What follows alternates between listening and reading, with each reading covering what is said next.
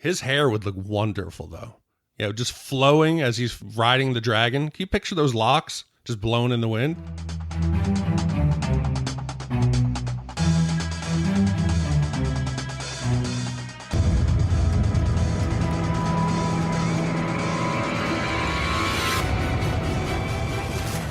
Welcome back to On the Throne, Shout on TV's Game of Thrones edition podcast, the unofficial podcast companion piece for the juggernaut HBO series, Game of Thrones. I'm one of your hosts, Roger Roper, and alongside me are my two co-hosts, Big D, Dick Ebert. Good evening. And Gene Jorah Mormont Lyons. I am not beholden to my ancestors' vows. And this is our deep dive episode where we share our thoughts, insights, research, and opinions on this week's episode of Game of Thrones. This week's episode was entitled The Queen's Justice. Season 7, Episode 3, Daenerys and Jon Snow have the weirdest meet-cute in TV history. Cersei decides to go full-blown Maleficent. Meanwhile, Euron continues to kick ass and deliver on his promises. When we find out that the true ruler of the Seven Kingdoms is the Iron Bank. Bran Stark is now that creepy guy since returning from his summer of study abroad. And Elena Tyrell proves she'd have the best account to follow if Twitter existed in Westeros.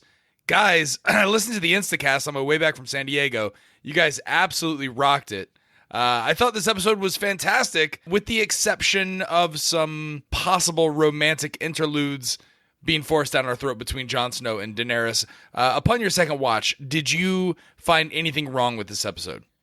I couldn't find anything really wrong with it, but I think that when we first watched it, we took a very superficial glance, and there is much more depth to it, which Big D has parsed painstakingly apart.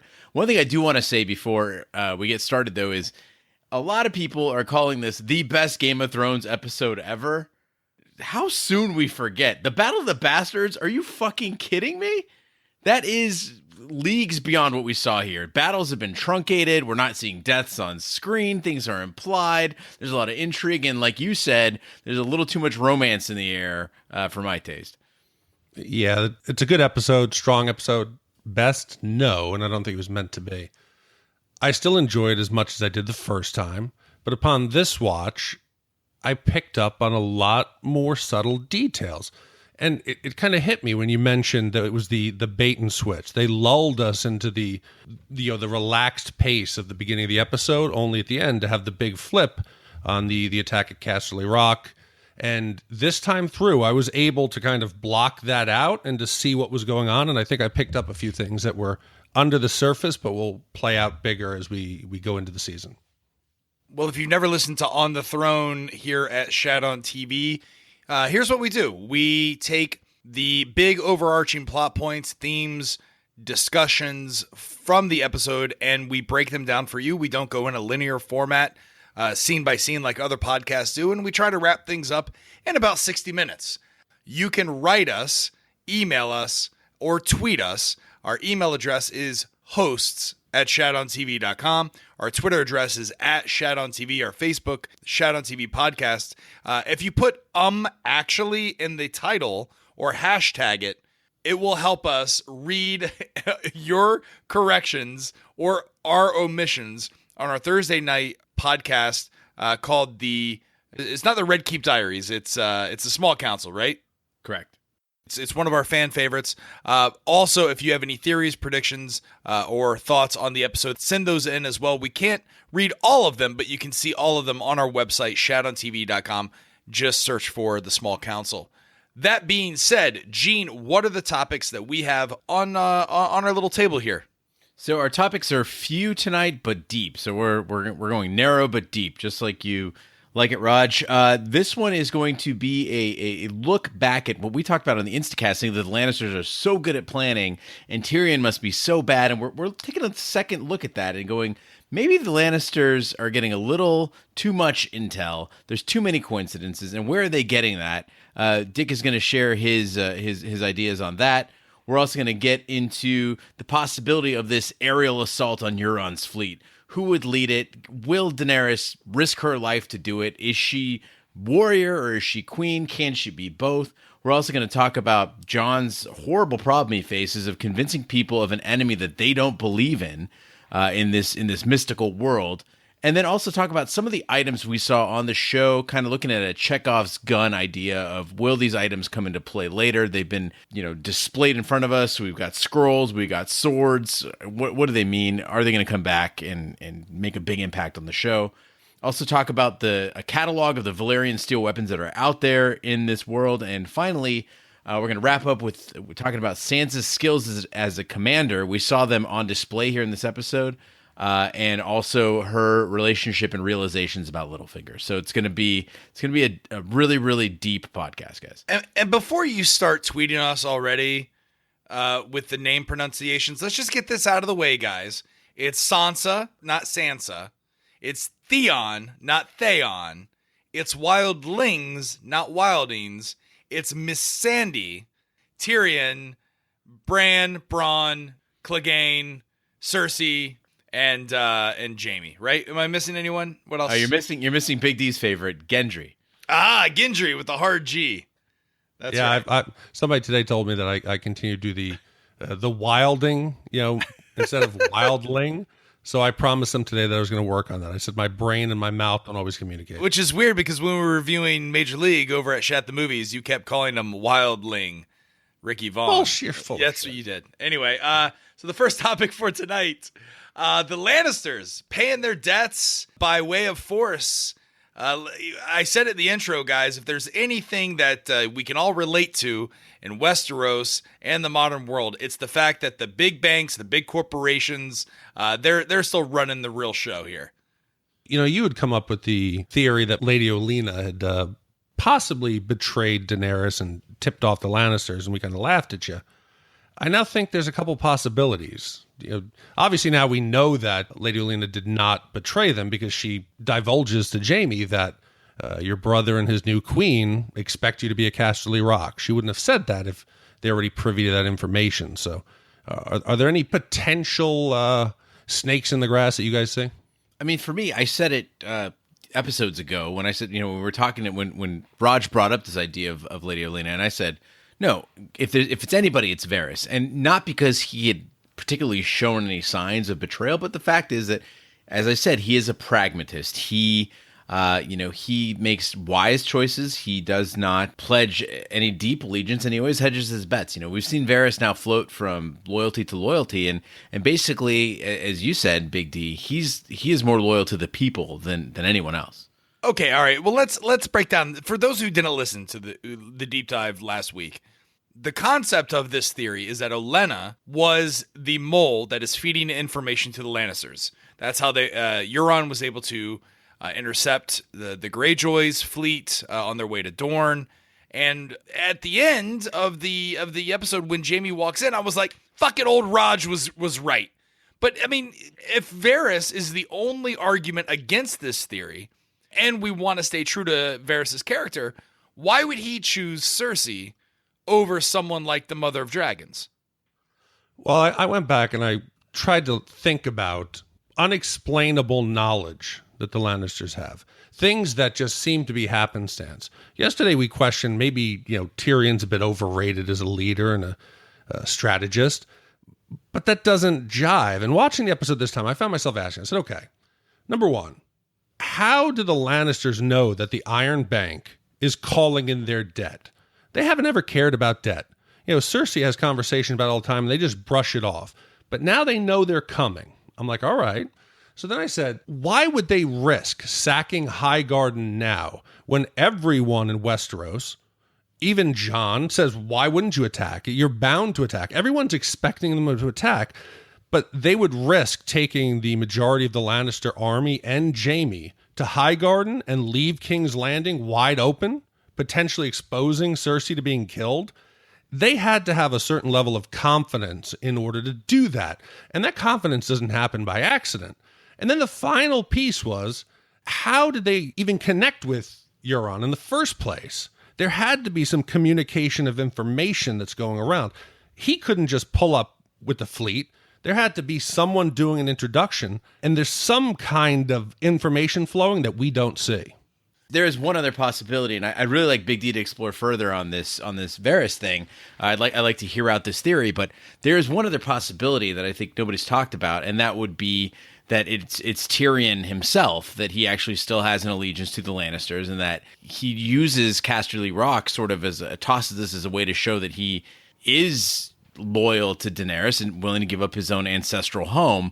The only issue with that is he wouldn't have that vast network of knowledge, the little birds all over that could tell him this sort of stuff. So that kind of falls flat, but it is still a possibility if the writing is weak and they want to really force a sort of sibling rivalry down our throats. So I narrowed it down. I said, I was like playing Clue, the board game. I'm going to narrow it down by the piece of information I have. And I said, possible suspects, I see 3. I said, could it have been a crew member or a spy on one of the ships that was, feeding information?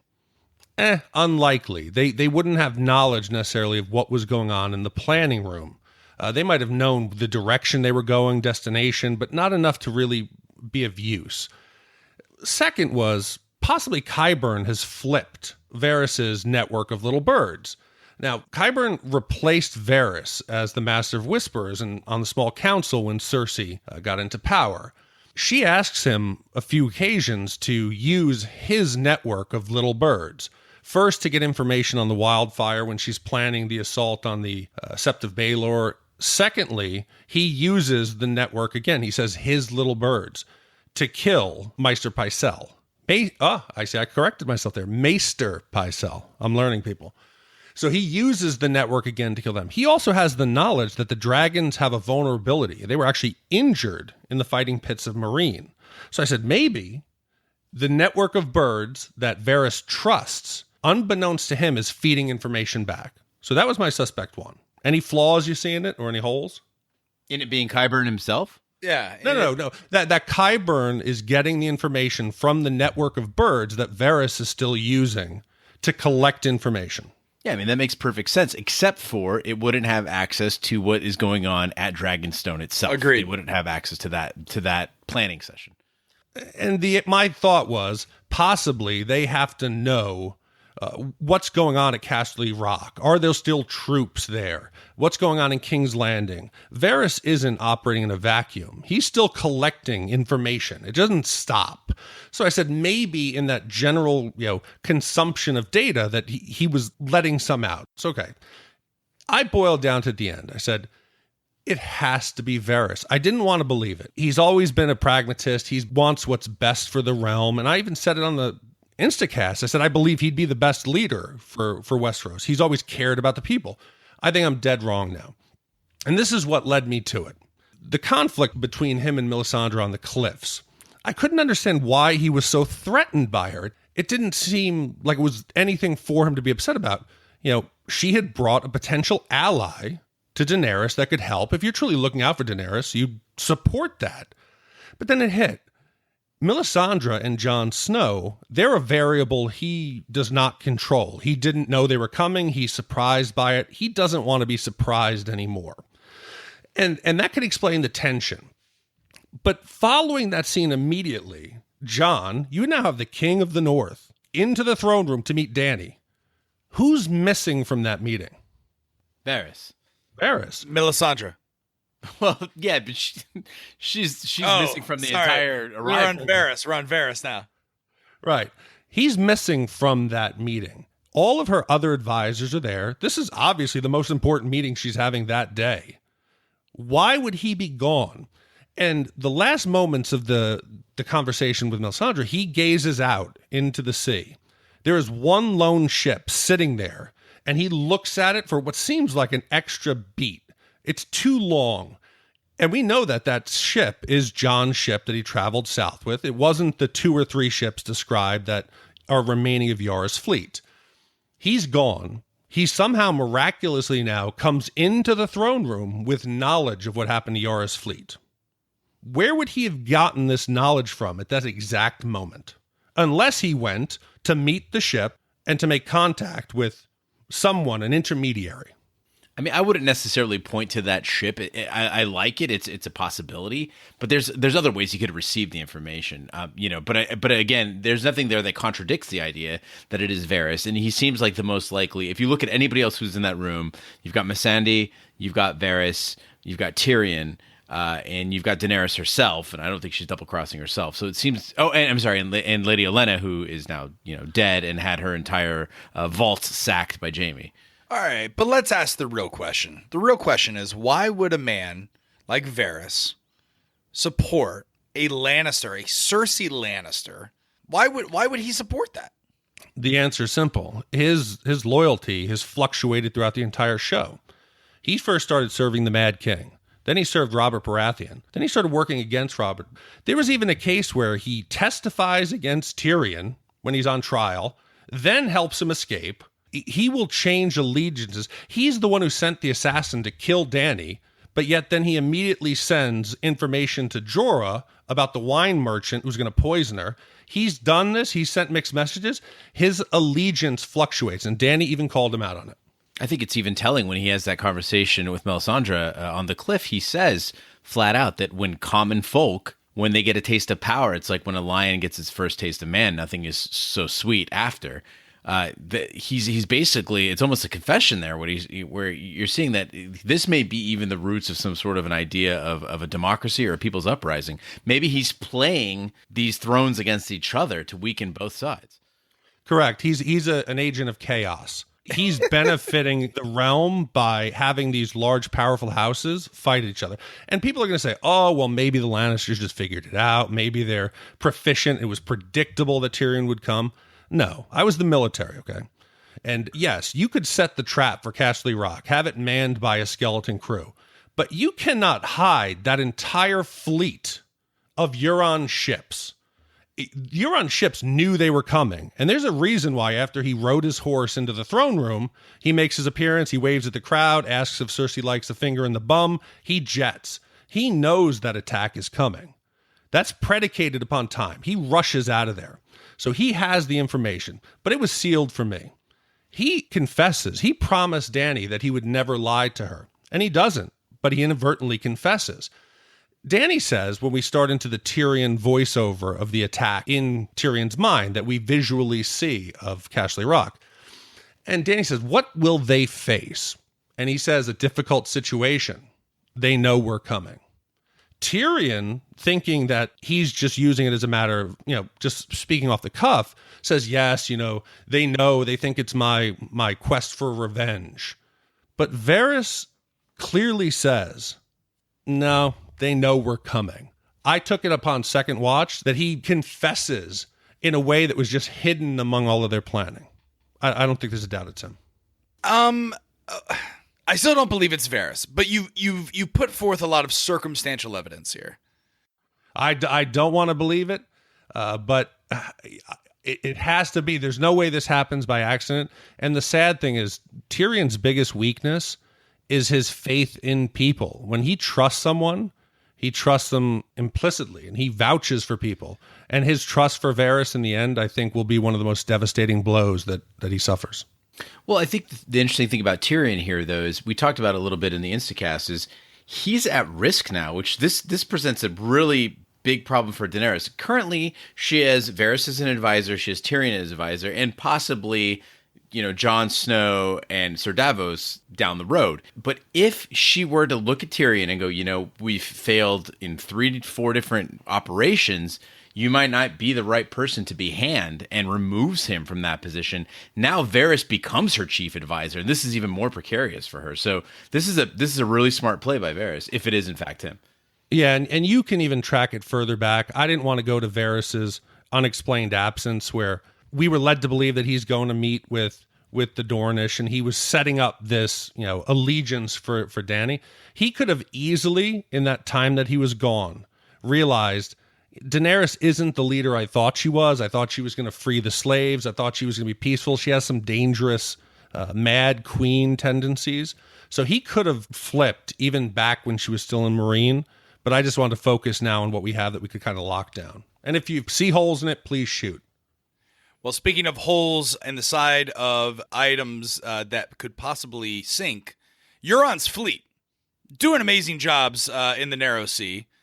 His boat continuously gets larger every episode. Very scary. Could Euron's fleet of marauding pirates ever be defeated? And if so, how? So we see the Lannisters outwit Dany at every turn, and we know that she is looking to take out Euron's fleet, and they say, well, we don't have the ships to do it. Do you really want to risk more ships? And she goes, no, we're going to bring these dragons out. Let's take the dragons out, and I want to captain one, right? But I ask, if the Lannisters have been outwitting her at every turn, or in fact she has a traitor in her midst, we can assume that the naval attacks, could also be a planned provocation designed to bring the dragons out in the open sea. Now, this isn't necessarily fact, but it's something to think about. A dragon, as we've seen them, fight in the pits, they've got cover they can hide behind. If they crash land, they crash land on land. They're still okay. They can recover. They can heal. You bring a dragon out over the sea, yes, it is a risk to the ships, but it's also a risk to the dragon. If you have weapons capable of harming them, they have nowhere to hide over water. There's nothing to hide behind. And if they go down in the water. They're not landing anywhere. So this is a big problem. Dany wants to ride the dragon herself, which is an even bigger problem. She's showing extreme hubris here. She still sees herself as this warrior. When she really doesn't have true battle experience. She's been in some scuffles with uprisings, but not a full-scale war. And Tyrion flat out says she's too valuable to do battle. And this simultaneously shows that she's ascended into a typical queen role, right? That we've seen all around. Robert Baratheon leads Robert's rebellion, then he becomes, the fat king that, he hides in his throne room and goes on hunts. He's not this brave warrior anymore. And this distinguishes her, as she used to be in this echelon with all these other people who were fighting their own fights, with Jon Snow, with Euron, with Stannis Baratheon, and all these people who risk their lives. And as we said about Euron, he is the first off the ship, right? Dany is not that person anymore. She can't be. They can't risk it. So it leads the question, who will fly these dragons if she doesn't? And I don't think I like the answer that a lot of people are coming up with. Well, I don't know that they need to all be commanded. She seemed to, when she attacked the slaver ships in Marine, she rode Drogon, and the other two kind of, flew in support. They were wingmen. Right, but if she's not allowed to fly at all, if they say you hang back at Dragonstone, you're too valuable, then they got to find, and some people have said, oh, maybe it's going to be Bran. He's going to warg into a dragon and fly it around. But one of the ideas that's really got me bothered here is this idea that the other Targaryen at Dragonstone, in fact, being Jon Snow, will be the one to ride the dragon into battle. And I think that would be a horrible step for Game of Thrones. His hair would look wonderful, though. Just flowing as he's riding the dragon. Can you picture those locks just blown in the wind? I thought you were going to go with Tyrion. That was my fear. Because we know he has skills. He designed, Bran a saddle so that he could still ride even though he was paralyzed. So I'm like, oh my God, is he going to make some kind of saddle for one of the dragons and we're going to see Tyrion up there? I mean, there is the possibility that we talk about those cycles that, the 3 Targaryens and now you have another. And if Tyrion somehow is a Targaryen or something to that effect, then you got Jon, Tyrion, and Dany all riding dragons. That would be... wow, it'd be amazing. But this is the thing is, first of all, you got to think of the series of events that's going to rapidly show Jon that he's a Targaryen and then can fly a dragon. A lot of people have pointed to the fact that when he's walking up the steps to Dragonstone, the dragon flies over and sort of gives him a look. I didn't really see the look, but apparently the dragon recognizes him or something like that. Well, no, the dialogue also supports it at that moment. Jon's referencing how, Starks don't do well when they travel south. And he says, well, I'm not a Stark. Roar! And the dragon flies by. The timing was not by accident. God, I hope nobody in their homes cheered for that. And then the other, if you take it a step further, I've seen, people now theorizing that Jon will then take a dragon to the north and land and say, join us in the fight. I've got a dragon, you see. And everyone will say, ah, and they'll jump on the dragon and maybe all fly down. Or their ships are faster than dragons, apparently. So regardless, there seems to be a big push of thought that's saying that Jon is going to be flying a dragon here pretty soon. And apparently Raj believes that Tyrion will as well. Is it? Tyrion's going to ride a motherfucking dragon. The Night King's going to get his own dragon somehow. Someone's going to ride a giant. It's going to be great. Yeah. Who was it who asked on Twitter today? Somebody asked, can a dragon be turned into a white as well? And I was like, yeah, on AMC they can. Yeah, that's right. Well, I think the point of that conversation wasn't so much as Dany was seriously planning an assault, as to show that her faith in herself, her blind belief that she's destined to rule the Iron Throne, has gotten her reckless, that she's willing to ride a dragon out into the middle of the sea for a fleet that she doesn't know where it is, doesn't know if it's in one location. It's reckless. And as a leader, sometimes you need to show restraint, and she doesn't. I'm not worried about a spear. If I was designing a weapon to take down these dragons, and I'm a bit of a handyman, did you see Rain of Fire? Yeah. Remember McConaughey?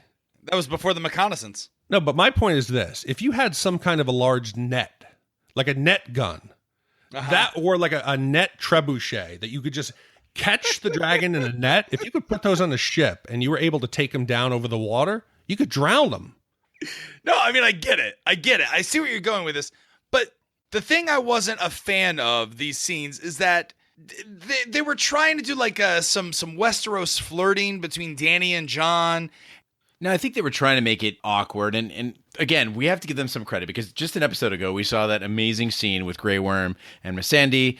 I'd like to think that this is all intentional, that they don't know how to do this. You know, I mean, think about both their romantic histories, not exactly great. Jon, they did a great job of showing him completely out of place in this world. You know, the sun is shining down and he's got this giant pelt on his shoulders.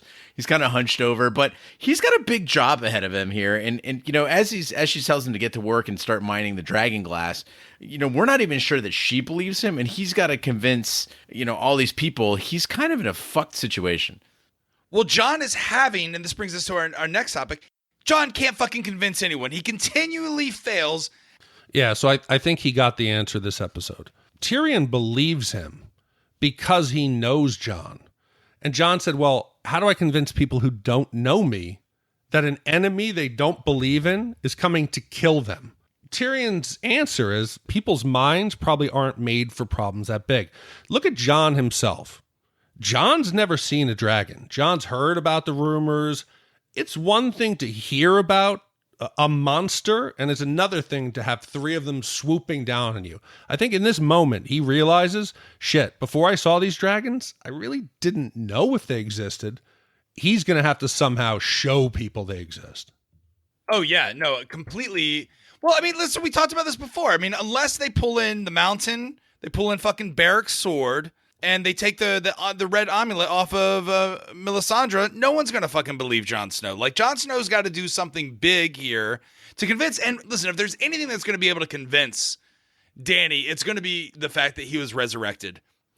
No, again, the problem is he's already stretching the suspension of disbelief. You're walking into the Queen's throne room telling them that the dead have risen and they're going to come kill humanity. You don't need to throw on there that you were resurrected. You're going to look like a loon. A complete loon, and that's why he doesn't tell her. And Dany doesn't believe him, but she believes that Tyrion believes him, and that's only a personal connection. You're going to need to do, and we made a joke about the road show, like you talked about, the freak show. I don't know how you do it. Whether you take some form of a white, of an arm, a head, maybe you go get Benjen to come down, but he's going to have to do something that shows people visibly the threat so they can wrap their heads around it. But I mean, this is the problem that Game of Thrones always faces, right? Is that all the liars succeed, and the one dude that's like the voice of the audience, that's like, hey, all this shit's happening, and it's real, guys, no one fucking believes him. I think there's one powerful thing that happens in this episode that really does convince Daenerys, and that is that Tyrion says, why else would he be down here? And it makes perfect sense. This guy is up in the north. He gets summoned down. Why the hell would he come down there unless it was urgent? So she's got to believe that he's either telling the truth or he's crazy. But I don't think she's going to think he's a liar. Yep, it's either he's telling the truth or he believes what he is saying. And neither one is good for any living human being. Well, the next topic that we're going to talk about is Chekhov's Sword and Scrolls. Gene, you were all excited about this. What is Chekhov's Swords and Scrolls? Guys, I've been digging deep on this. I was reading a little USA Today, and it got my mind a-whirring, and so I started getting really into this and went, oh, man, we got a situation here. So a couple people have commented on Twitter. USA Today picked up on it as well, that that Sam so obviously is told, hey, look at this stack of decaying scrolls. Maybe you should copy them. Oh no, this is your punishment, right? Who wants to bet that the Archmaester is giving him exactly the knowledge he needs, like Mr. Miyagi in The Karate Kid? Wax on, wax off. It'll pay off later. Copy these scrolls. You might find something in there that's valuable. And I started thinking about what they could hold. So now the scrolls could hold more secrets to defeating walkers. They also could contain more prophecies, something that he would know. Some of us have suggested that it's a record of Jon Snow's parents' secret marriage, and then that's how because that would get down to the Citadel somehow. But, again, we've seen worse writing on TV, so who knows? I'd like to think that Game of Thrones is above this. But there seems to be some sort of, these scrolls, they appear like Chekhov's gun. They're going to come into place sometime this season or next. So what you're saying is we're going to see, before the end of this season or maybe next, we're going to see Samwell do a crane kick on the Night King.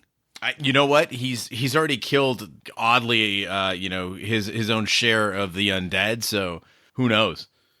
So I shouldn't expect an entire poop and porridge montage of changing the bedpans. Some where he's scribbling feverishly, and then we see another scroll, and they cut to another one. We're not going to get one of those. No, it's going to be like a Rocky IV montage of him just doing some copying and pasting. But have you heard the theory of Samwell? Did we talk about this? About how he's actually the author? Yeah, about how he's actually George R.R. Martin? Yeah. Okay, all right. It's quite possible. But the thing is that he also seems very dejected by the copying job. When I'm like, dude, do you remember what you were doing? Yeah, before you this? were just Because emptying bedpans. I thought it was like a promotion. I was like, oh, cool. Now I get to work. Dude, I will copy text all day if I don't have to clean up people's shit. But yeah.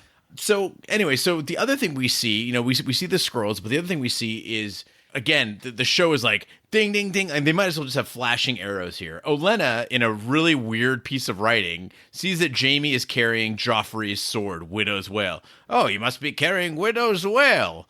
What the hell? So anyway, if you don't remember, is this before or after she drinks the poison? This is before. It's before. Is it before? Okay. Yeah, she chugs it and then gets right to the confession. So it was before. Okay, that's right. So this is a sword that's made of Valyrian steel. It was given to Joffrey in episode 2 of season 4, The Lion and the Rose. So now we have another sword on screen that can kill walkers. And so I said, okay, let's do a catalog here, because they're definitely just trying to point out everything. Like, they're setting it all up, right? These swords have got to find their way somehow to fighting walkers. That's why they're there, right? Chekhov's gun. So let's do a breakdown quickly of known Valyrian steel weapons that we've seen and are presumably make their way to fighting the undead. So first we start out with ice. So Ned Stark's sword, it gets melted down into 2 other swords, right? Oathkeeper, Jaime gives to Brienne of Tarth. So she's got one. So she's going to be using that thing. And Widow's Wail, after Joffrey the cunt dies, Jaime inherits that, right? So now we've got these 2 swords. So you got to assume that Brienne of Tarth and probably Jaime Lannister are going to be fighting some White Walkers. Then you've got my favorite sword, Longclaw, aka Longtooth. This is the ancestral sword of House Mormont, which the old bear gave to Jon. So he wields that sword now. Obviously, we've seen that on screen. It was just taken away from him at Dragonstone. In addition to that, you got Heartsbane. So this is the ancestral sword of House Tarly. If you recall, Samwell took that from his father's house before leaving to Old Town. So Sam's got a sword. Hopefully he won't need a crane kick. He's got a sword. Now there's also Lady Forlorn. This is the ancestral sword of House Corbet. This is not currently in play on the TV show, so we don't know if this is going to come up. We've also talked about the Cat's Paw dagger. That's out there, and we've seen that. It shows up in the book. Presumably Littlefinger has it, or it's somewhere around Ned Stark's, items. And then you got a few Valyrian steel weapons that we haven't seen. They're lost to history right now. So there's the Targaryens had a few swords, and the Lannisters had a sword called Bright Roar. So these are not on the show. We don't know if they're going to make appearances, but they're beating us over the head with the locations of the ones that we've seen. Well, they're going to need more than 8 swords to defeat the army of the undead. So Jon and the Dothraki miners better get their asses working. I was just thinking to myself that, okay, so the Unsullied and the Dothraki, I mean, these are both armies that couldn't be further away from the skill set needed to gather and mine Dragonstone resources. Like, how long is it going to take these guys? Well, I'm just glad that the Dothraki are finally wearing winter clothes. I was scared to see that they were going to be out there bare-chested shorts like they were in the desert. But I don't think they're going to fare very well in the mines. I mean, mining sucks today. I can't imagine what it was like in Westeros. But dragonglass, from what we're led to understand, it's all over the fucking place. So it's probably not that hard to extract. So you really just need a tip, an arrowhead or a blade with it. It doesn't need to be the whole thing doesn't need to be constructed of dragonglass. It needs to be adorned with dragonglass. Oh, well, that makes things a lot easier. We could fucking form our own, anti-White Walker army if we had some laying around. I think I actually, out in Apache Junction, I think some guy was selling some dragonglass. My friends got really fucked up on it. Didn't sleep for like 4 days. It sounds like a drug the kids are using. The kids. I'm gonna do some bath salts and dragonglass. I'm gonna get tweaked this weekend. Speaking of getting tweaked, our final topic that we want to talk about this week are Sansa's skills as commander and realization about Littlefinger. Big D, you wanted to make sure we talked about this. What do you got for us? Well, they start the episode off with the conversation between Jon and Tyrion, and she doesn't let on that she's a smart girl. All the bad things, all the torture, all the suffering, there's always been an element of learning for her. And we've always assumed that Littlefinger would have the biggest influence in her life. This episode, I think it's clear to see that Sansa's leadership skills have come from the exposure to Tyrion more than anyone else. As she walks through Winterfell, preparing for a potential war, she's showing that she has the chops to plan for every possible instance, every possible scenario, whether the North have to come retreat to Winterfell, whether they have to protect themselves. And I think it's important to see the divergence from that manipulative process that Littlefinger uses to her genuine caring and her ability to plan, much like Tyrion did, preparing for the siege of King's Landing when Stannis attacked in the Battle of Blackwater. They were very reminiscent to me. And she, even though she's a young lady, she's telling these old seasoned warriors how to prepare, and she's spot on. Yeah, at first I thought it was a little odd that she knows about leather and these guys don't. And then I thought about it and I was like, well, actually, she's from Winterfell. She knows what it's like up there, and she's keeping in mind how long is the winter going to last? What does that look like in Winterfell? A year of winter. And one thing to point out too, I know a lot of my friends don't quite get this concept. I thought it was kind of an obvious thing, but I do think it's important to talk about. Seasons in Westeros don't just last like normal seasons. It's not a consistent cycle. It's not 3 months per season. It's they can last a very long time or a very short time. So we talk about these long summers, long winters. They don't know how long it's going to be, and so when they say a year's worth of supplies, that might not be enough, especially if everybody shows up and needs some help. So as she's planning, Littlefinger's tagging along kind of helpless. It's the first time he really looked lost to me. And he pulls Sansa aside and throws her a compliment, command suits you. But then turns the conversation to give his philosophy on strategy. And it borders on madness, but I can understand. His thought of game theory is everything is happening simultaneously. Every possibility and every combination of possibility, you need to think in advance of how they're going to play out. The only difference between what Sansa's doing now, preparing for possibilities, is that Littlefinger throws a caveat in there that everyone is your enemy, everyone is your friend. In that moment, Sansa looks at the camera with a knowing glance.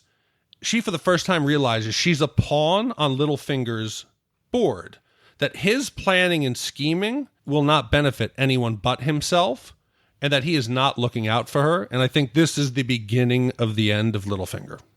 I think there might be a different way to look at this, and that is they are taking too much time to show us Littlefinger's smirks and his creeping and his crawling and his staring at Sansa and saying things like, I loved your mother just as I love your sister, and everyone taking it out on him. And I started to think, where have we seen this before? Harry Potter. I've got a weird feeling that Littlefinger is being set up like a Severus Snape. That he's actually trying to do good. He's actually trying to look out for her. He brought the Knights of the Vale. He rescued, Jon Snow. He is there professing his love for these two people. And he's never overtly tried to physically take advantage of Sansa in any, in any hyper aggressive manner when he's been in position to. And so, yeah, you could say that he's playing politics, but it might be the fact that he actually loves her, loved Kat, and wants to see this all work out. And he may be unfairly cast as the villain just because he's not normal, overlooking the fact that he's a pimp. So does this tie into Tyrion's philosophy to Dany that just because you believe something doesn't make it real? Because we think Littlefinger is slimy and treacherous, maybe he's not. We're believing our own press. It would be sad if in the end he turned out to really be one of the good guys, and we just the whole time were thinking he was a snake. Yeah, he's just socially awkward. Are you trying to impart your wisdom as your own words? I would never do that to you. That's good. No, listen, I've always been a Littlefinger fan. I thought Littlefinger has always been someone that I could see myself living in his world as a small business owner in King's Landing. Someone who has got a lot of royal connections, but was always treated terribly by the aristocracy. And he's like Varys. He's a man of the people. Yeah, that's why he relates with people like Tyrion. So I like my boy Littlefinger, and I hope he doesn't get screwed over by Sansa Stark. You, in some twisted way, I think you believe that. Well, is there anything else that we want to talk about before we close up shop here and get ready for Thursday's small council? There's one last thing I wanted to touch on. So today on Twitter, there was some confusion about who felt Cersei's torturous plan for Ilaria Sand was too humane. Who on this podcast believed that was too humane? Yeah, that was me. I mean, look, my point was this. If we're talking about horrifying things that a person could do, I mean, your daughter was just killed. This seems just a little too cutesy to be. And people have said, oh, well, they're gonna chain up Tyene forever, or she's gonna die and her body's gonna rot, and then her mother has to just watch that. Mm-hmm. I still stand by my statement that we have seen much more horrible things done to people on this show. And beyond that, parent or no, this leaves too much of a window open for rescue. It just feels so much like a Bond villain. Something's nagging at me. Yeah, but Cersei defends the fact that she, like a Bond villain does, but it's a more believable situation because we've got 6 other seasons, right? I think you can be scary without having to be gory. So, I listen, I think she's more evil than just chopping off the head of someone or smashing a skull. I think what she's doing is far more worse. So Gene, I'll end on this. I picked it up on the second viewing that Euron is leading Yara out of King's Landing. So we have 2 potential damsel in distress for your Princess Bride rescue. Are we going to get a Theon swing through the window, swashbuckling rescue, or Bronn coming to rescue? I wouldn't be surprised if we see Theon, serving as Reek aboard a ship from now on. I don't think that things are going to go too well for him. The Ironborn have shown that they do not regard him. They know that he jumped ship, that he did not defend his sister, and so I think they're going to continue to look down on him. I'm glad you mentioned Bronn, actually. One thing we didn't mention is he is with the Lannister army as they march on Highgarden. So again, Bronn sighting, it would be, but again, we've also seen that people can move very fast in this show, so he could be back in King's Landing by episode 4. Who knows? I long for the days of season 1 when an entire 3-episode arc would be in the Vale or Winterfell. Also, today, I guess you guys saw the thing I sent you about HBO getting hacked. What happened there? So I guess somebody hacked HBO servers, got some material from Game of Thrones, potentially episodes, scripts. Everybody, listen. I'm not going to pretend like I've never pirated or downloaded content. I have. But with HBO, I'm more protective of it because they've made the effort, I feel, to pour money, years, and invest in a show, and they don't care if we share their logins, to HBO Go, but pay for the content. If it's something you really like and it's quality, I don't mind paying for it. So don't go out there and spread it. If it's out there, stay away from it. Stay pure. Don't do HBO like that. Beyond that, we're talking about in the HBO sense, they've got, I think it was like Ballers or something, entire episode was leaked or whatever. But for the Game of Thrones, from what I understand, it's actually just copy. It's like script. So why do that to yourself? Like if someone was like, "Hey, listen, The Last Jedi is coming out." I know you appreciate this, Raj. The Last Jedi is coming out, and you can read the script the day before.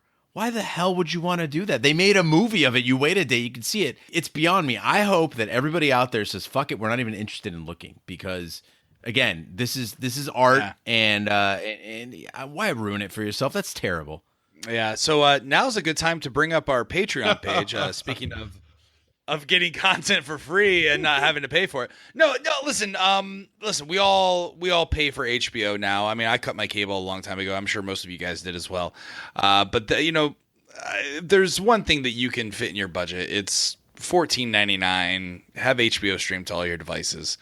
But I'd also be remiss to say that HBO is a little hypocritical here, because there'd be no way this show would be as popular as it is on premium cable if there weren't some sharing sites like that. So it's a double-edged Valyrian steel sword. Yeah, but I think the issue here is not that it's being shared; it's that it's being shared before it airs. That's the difference, right? Okay. I don't give a shit if you pirate stuff. But don't spoil the fun. You put that stuff out there, and it's gonna, it makes its way around the internet. Who knows? I mean, I'd be pissed if tomorrow I go online and somehow into my feed on Twitter or something else, somebody goes, "Hey, it's Shat on TV. It'd be fucking funny." Send them a link that's got what happens in the next episode and ruins it for us. Well, if there's one thing we do know, it's Big D loves clicking on links that random strangers sends him. It's hard enough to stay spoiler free. If a show's been on for a week or two, you can't expect to stay virgin and pure. But with this, I feel like I could get ambushed at any point.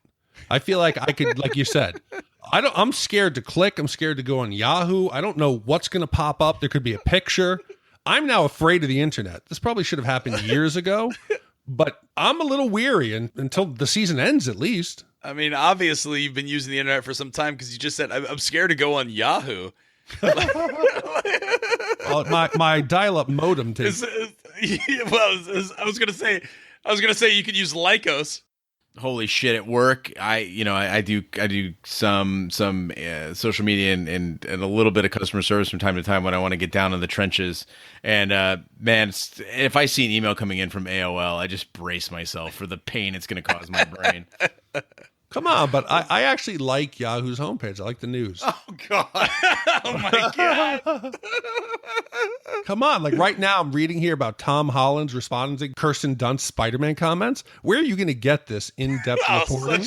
Such hard-hitting news. Yeah, this is hard. This is like the New York Times. This is like the Washington Post. Oh, that's like when I thought Yahoo was going to save my favorite show, Community. I think you just saved Big D. We were bagging on him for using Yahoo. Now we're just gonna get mad at you for watching Community. I love Community. It's my favorite show ever. I'll defend that to my grave. Go watch your Rick and Morty. All right. Hey, season 3. Well, that concludes this week's episode of On the Throne, Shat on TV's Game of Thrones podcast. Be sure to follow us on social media and share with a friend. We're everywhere, including Twitter, Snapchat, and Instagram. Just follow the handle at Shat on TV. You can also find us and like us on Facebook. Just search for Shat on TV Podcast. Our website, where you can read all the fan listener email and get all of our links to all of our podcasts, is shatontv.com. If you want to be part of the conversation, just write us in. Our email address, hosts@shatontv.com. We're everywhere fine podcasts can be found, including iTunes, Google Play, Stitcher, and YouTube. Be sure to subscribe. And if you stop by iTunes or any of those, be sure to leave a 5-star review and share with a friend. That really helps the podcast grow. You can also check out our sister podcast, Shat the Movies, where we review 80s and 90s movies from our childhood that you, the audience, vote for. You can check out all past episodes and vote on future upcoming episodes on our website, shatthemovies.com. On behalf of my two co-hosts, Big D, Dick Ebert, and Gene Jorah Mormont Lyons, I'm Roger Roper. Be sure to join us Thursday for the Small Council Red Keep Diaries. Keep those emails and actuallys coming in. We appreciate it. Thank you. Take care. And be sure to knock twice before joining us on the throne.